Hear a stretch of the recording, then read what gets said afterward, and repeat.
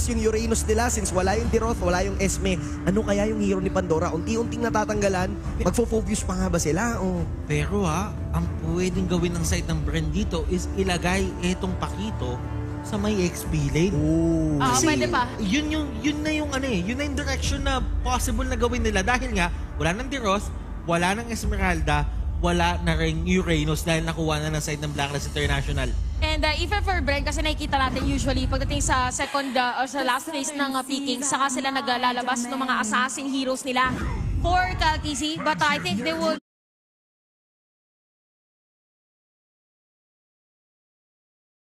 still go for the sustain dahil meron pa nga silang kalaban ng Cloud, so it's going to be Balmond. Ang ganda ng pagkakalatag dito kasi in terms of zoning out, mas nakaka-zone out ang Pakito as compared to Uranus kasi mas may damage siya na pwedeng ibigay as mas maganda yung targeting niya.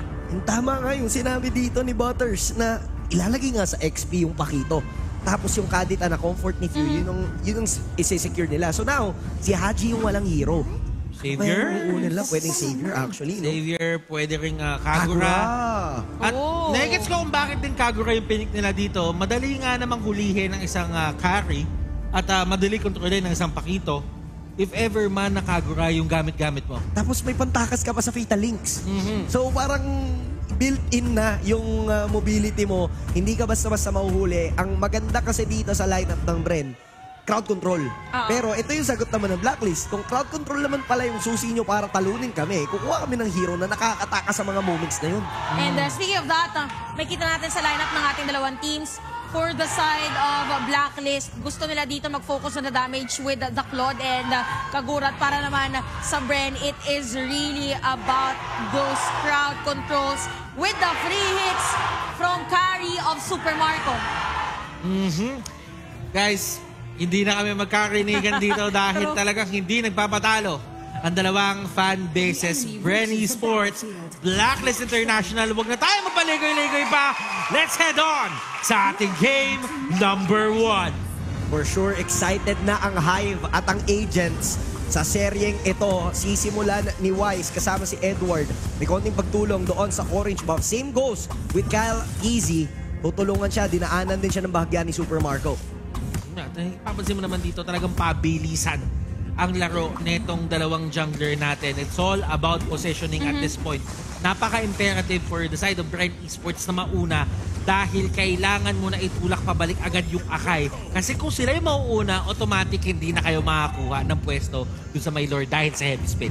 Tsaka para sa dalawang teams natin, kailangan nilang i-take note yung mga timings ng mga skills din, specifically for Haji against Few. Pero ang inatagan ng laban natin dito pala sa Lido Wonder, kasi ramdam mo na agad yung intensity para sa mga teams natin and even for Haji and Few. So, alam dito ng side ng Blacklist International, lalo na si Oh My Venus, na kaya niya pa ngayon na suntuk-suntukin kahit papano dito si Ogwen dahil nga hindi pa ganun ka-effective si Ogwen into the early game. Kailangan iwasan niya lang na pag dumating ng level 4 ay magtuloy-tuloy ito kasi Fatal Links ang next na aabutan niya. And ito nga yung may chance na cancelin yung Numinon Blast ni Oh My Venus eh. Actually ganun eh. Same din Counteran sila Counteran, oo. Parang sino unang mainip or maganda timing, di ba? Kailangan lang talaga nilang timingan yung magandang setup. Kasi, for example, mag-cast ng Numinon Blast, pwedeng counterin ng Fatal Links, matic cancel din. Ganun din yung pwedeng gawin ni Oh My Venus. One reason din kung bakit ang kinuha dito ng mga heroes ng Blacklist ay tatlong tanky heroes para mas maging madali mag-set up for OMIV. Meron siyang front with Wise and Edward. So, open yung space, malalaman kung saan magagaling yung mga players. Naunahan ng Bren Esports dito sa pwesto on side ng Blacklist International. Kaso, nagiging problema, mabilis yung retake na ginawa ng Blacklist dito dahil naging occupied si Ogwen at si Few na itulak yung mid lane. Kailangan nga nila mag-clear. Tsaka delikado pa dito ang Bren kasi nga may heavy spin si Wise. So as long as may vision sila kay Kyle Easy, pwedeng-pwede itong dikitan ni Wise, itulak ng heavy spin tapos isecure niya yung turtle. Nag-aabangan lang sila. Ogwen hindi pa level 4 so wala pa yung threat ng Fatal Links kaya kailangan muna lang dumistansya. Habang si Oh My Venus naman meron na. Pero si Pandora sumapak, si Haji na pilitang pumatras. Walang nagtatangkang kumuha at mag-umpisa dun sa turtle. Alam nilang Delix eh. Oo. And speaking of Delix, naramdaman din ni Ohem na delikado dun sa may middle lane kasi supposedly mag-double lane siya. Kaso nandun si View. Wait lang! Binigyan agad dito ni Ogwen ng Fatal Links with a heavy spin. Wise will secure the turtle. Nag-attempt yung Bren, nakunan yung isa, pero si Ogun na mapapatumba. First blood for Haji. Napaaga dito yung pagbato ni Ogwen ng Fatal Links. At yun yung naging senyales or signals para sa side ng Blacklist International na talagang mag-go na kasi alam nila na isang heavy spin na lang ang kailangan nilang gawin para mataboy yung members ng side ng Bren. And even on that, alam nga, since nagamit nga yung Fatal Links, why not i-go na natin yung Atlas para minus na agad in terms of rotation? Mabawasan dito ang side ng Bren in terms of the vision as well. So right na makakita tayo ng shift, naku mukhang sa may dito ang mahuli. Si Omay Venus ang nais silang bigyan and magiging successful sila. Super Marco will secure the kill. So ito yung advantage niya on the gold lane. Dahil nga kakakuha niya lang ng kill onto the Queen. So medyo magkakaroon siya ng konting advantage against Ohe. May kita mo naman sa level, di ba? May konting kahalamangan. And eventually, magtuloy.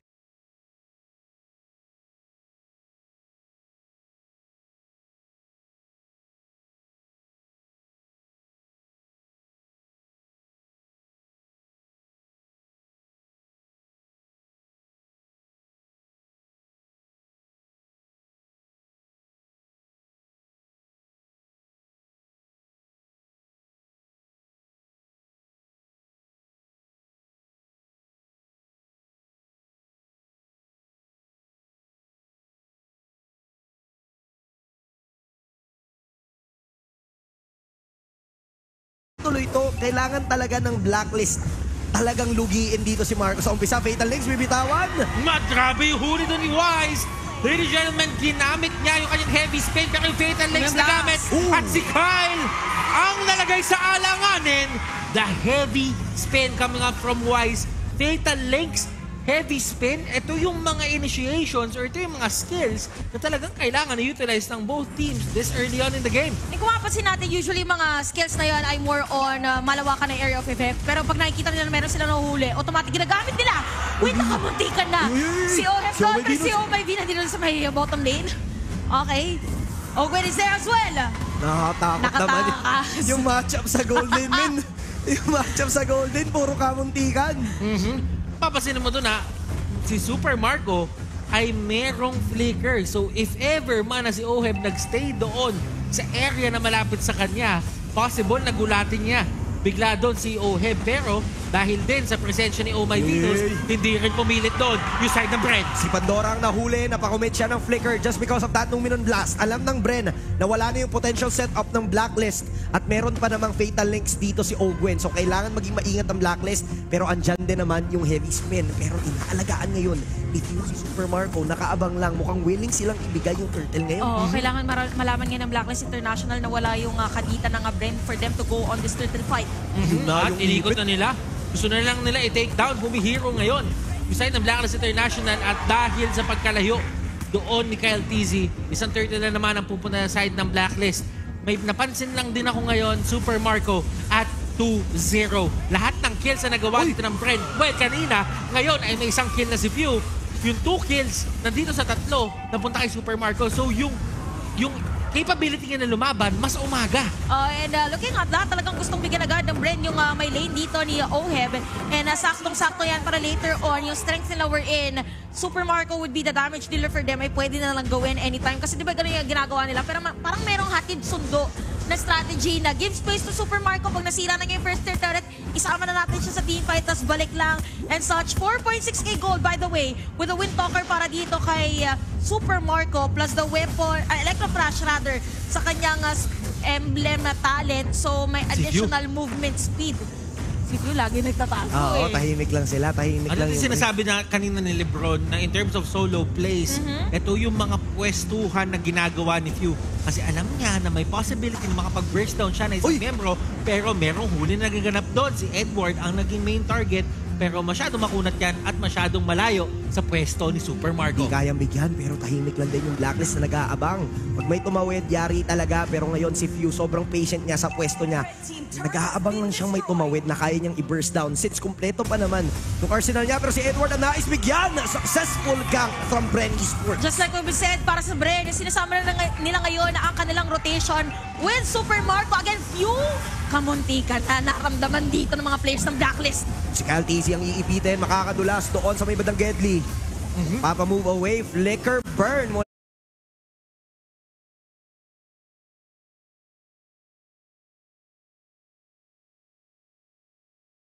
Wala kay Ogwen na hindi na nila magagawa yung flicker fatal links na posible, pero Bren is now on the lead pagdating doon sa gold. Ang ganda nung switchero nila on the side lanes. Although, sabihin na lang natin na sayang yung flicker, pero kailangan kasi kumpleto dito yung side ng Bren Esports dahil merong turtle fight na magaganap. Mag-aagawan naman sila, pero si Wise nakaabang, pero dahil sa turn secure!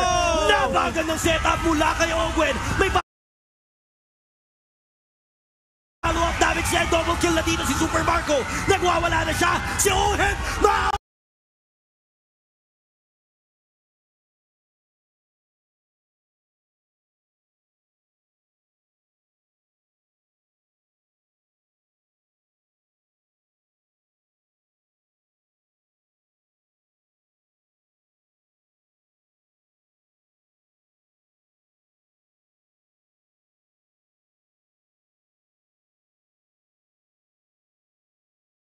Play the pa!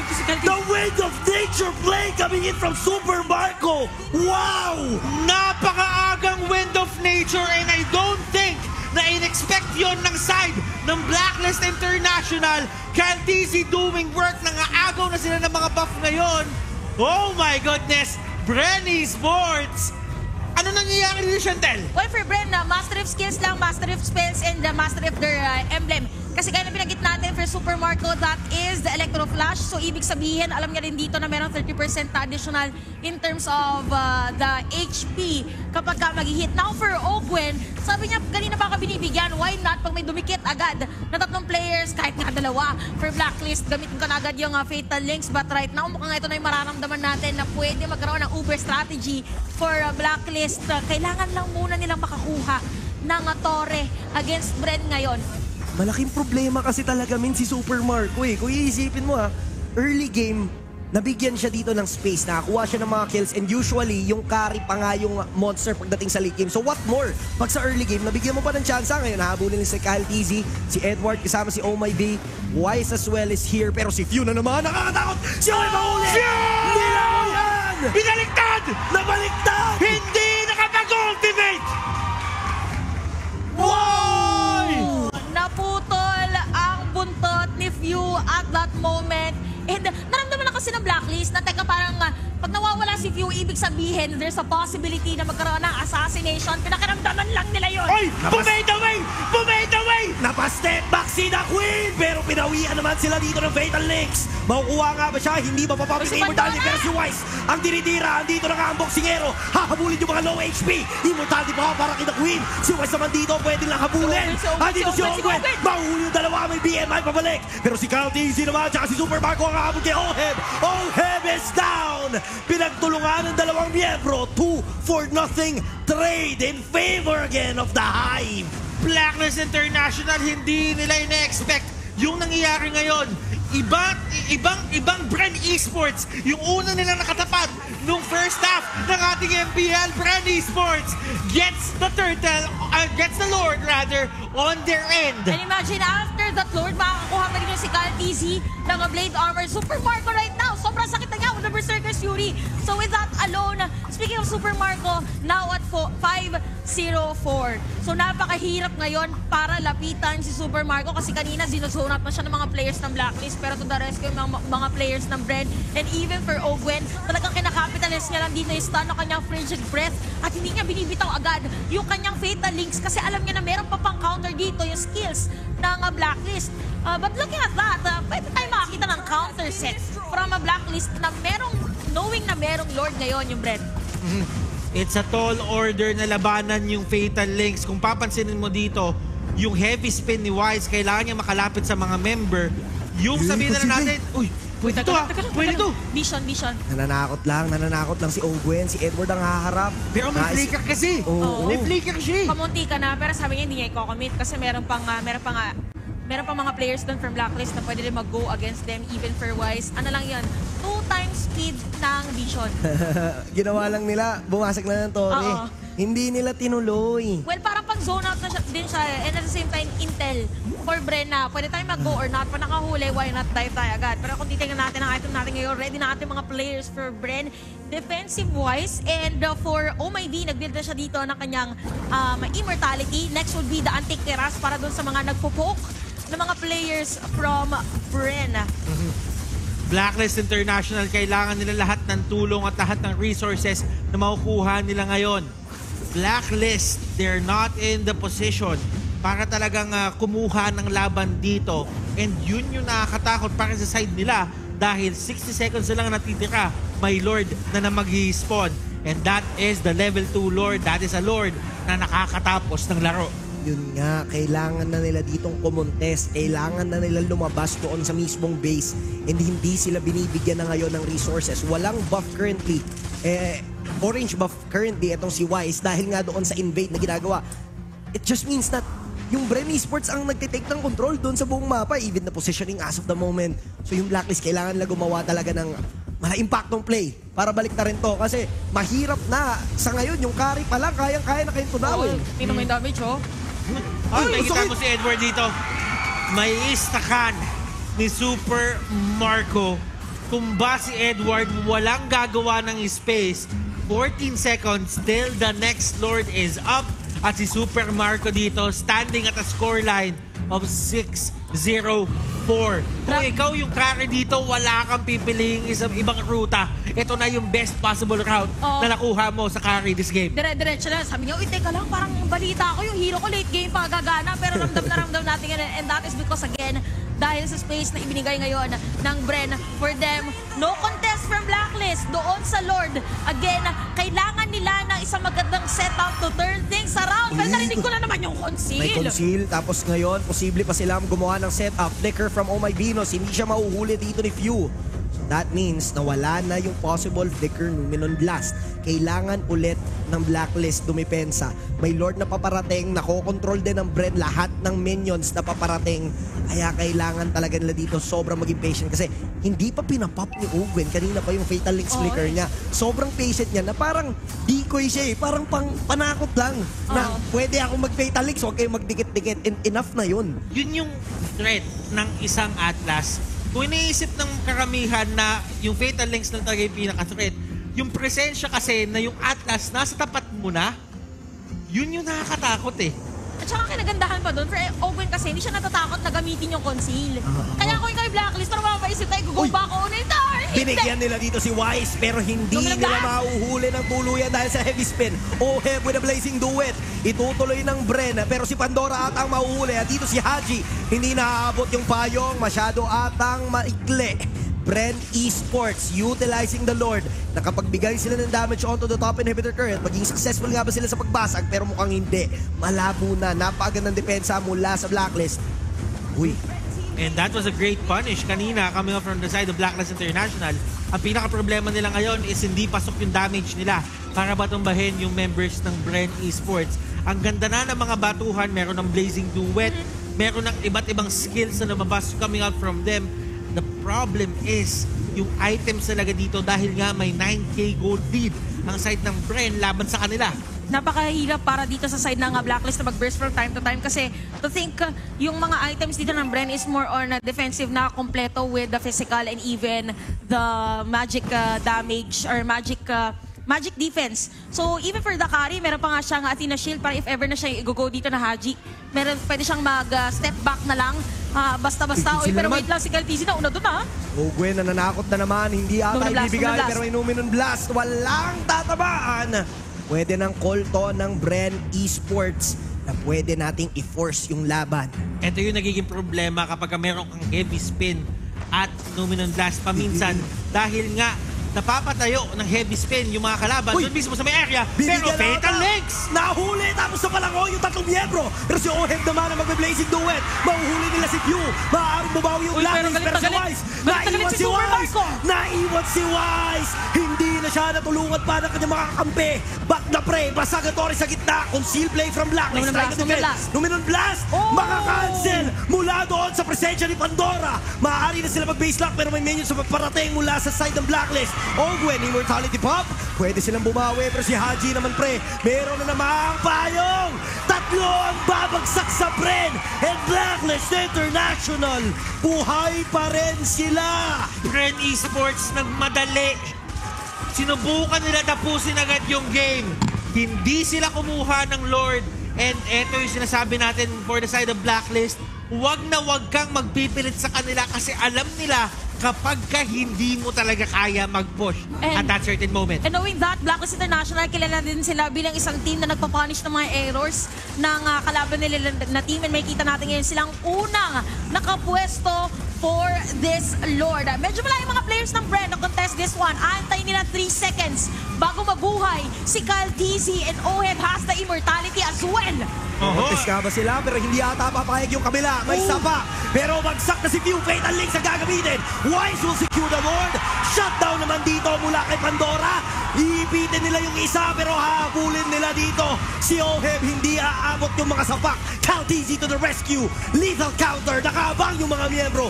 Oh my Venus still buying some time pero hindi enough. Dalawa palit sa isa, pero Lord nakuha ng Blacklist International. Nahuli doon si Oh My Venus, pero kung iisipin mo yung main plan doon sa pangyayaring iyon is to lessen the casualties na magkakaroon ng Blacklist International kapag ka nilaro niya yung members ng Bren doon sa may kabila para habulin siya. And also, itong Lord take na side ng Blacklist is a nice buy time for them para magkaroon pa ng time na makakuha ng items dito mga players ng Blacklist. Now, grabe si Ogwen talagang capitalize na kanyang frigid breath. And nakita na natin yun na another heavy spin. Oh! Merong setup na sinagot pero wala atang follow-up mula sa Bren Esports. Nakuha nila si Ogwen, wala na naman yung threat and unti-unting nakakakuha ng espasyo yung Blacklist. And this is bad. If you're onto the side of Bren, yes, at this point, kung papansinin mo, kumpleto pa lahat ng tore na meron ngayon ang side ng Bren Esports. Kaso kasi kapag ganito na yung mga moments for the side of Blacklist International, dito sila mas nakakatakot kasi ito na yung capability nila. Ito na yung strength ng Blacklist International. It's not about yung mga solo individual plays. It's all about the clash capability. And speaking of clash capability, kailangan nila mga items. Dahil doon sa mga buy time na ginagawa nila ngayon, 2 tore ang makukuha ng Blacklist both on the top lane. And pwede nating sabihin na nakukuha na agad ni Oheb yung mga items na kailangan niyang makuha para maging equipped siya on the team fight. So one addition would be the Athena Shield dahil siyang tina-target ni Few. So yung burst ay hindi agad ganun makukuha at may BM out siya. Meron pa siyang Purify if ever. So ang dami niyang pang-counter ngayon. Now for Bren, kailangan mo na lang kumalma. Si Wise ngayon ang hinuli ng Fatal Links. Hindi umabot yung damage si Super Marco para i-take down siya. Grabe rin yung sustain na meron dito si Wise. May Numinon Blast. Tatamaan dito si Cal kasama si Pandora. Fade away! Fade away shot na naman ang kanilang gagawin. May Blazing Duet mula kay Oheb. May iipit nga pa din si Pandora pero mabubuhay pa. Super Ngayon Marco? may Winter Truncheon Blade na gagawin si Cal TZ but he will go down. Ito na nga ba yung bawi ng Blacklist? Wala yung setup Oy, si pero Few! nakabuhay. Few with the play! Si Few, idol ng mga kids. Idol ng mga kids, turning things around. Wise tumba, Venus tumba, B-Wise ang nawala sa side ng Blacklist. And now it's up to Oheb, Haji, and Edward para i-defend etong area na ito. Dalawa ang path na pwedeng gawin ng side ng Bren. Ogwen! Fatal Links! Huli yung dalawa! Edward na lang mag-isa! May minions sa paparating sa taas at baba! Wait, si Pandora Kakayanin naman pa ang ba? immortality. May nag-spawn ng mga minions o may Venus ang pinakamalapit na pwede mag-spawn para tumulong dito sa depensa. Pero Bren Esports sakto pa sila. Uubusin lang yung minions na lumabas. Paaya nga ba tapusin? Endable nga ba? Pero Wait siya lang, may wait Venus. lang. May Luminous Luminous Blast. Blast. Magbe-base lang na sila. Si Pandora! Pandora! Sumasama! Si Pandora! At dito yung boxing gloves at magiging successful ang Hive sa pagkuha ng unang puntos. Pandora making it count para sa Hive. Ladies and gentlemen, Bren Esports takes game number 1. Ito yung kakaibang split push na makikita natin. All along, we all thought na si Super Marco yung pinaka magta-target for them. Pero for the side of Bren, sabi nila, teka, tatargetin nga si Super Marco. Why not? Si Pandora ang lumayo para siya yung tatapos ng laban. And Bren right now, napakagandang counter with the rough waves. Galing sa idol ng mga kids na si Few. Talagang pinakalma niya ang mga kids at that moment na, oh, teka lang, ito na yung damage nung Kadita. And bigla na lang sumabog yung damage din ng Bren hanggang natapos nila yung laban. Blacklist International, kung papansinin mo, they were on the road to actually turn things around. Pero kung papansinin mo din kasi, meron silang heavy spin, meron silang Numinon Blast, but in terms of the Blazing Duet ni Oheb, naka-itemize properly yung mga members ng side ng Bren Esports.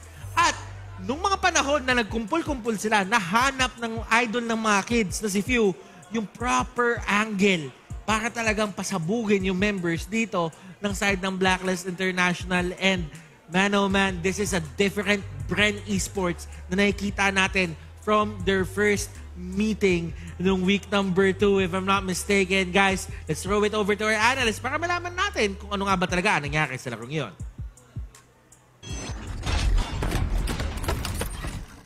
What a fantastic game from Bren Esports, making and mounting the victorious team fight against Blacklist International. Welcome back to the Analyst Stand. My name is Midnight, and now we are going to be breaking down as to how Bren Esports managed to pull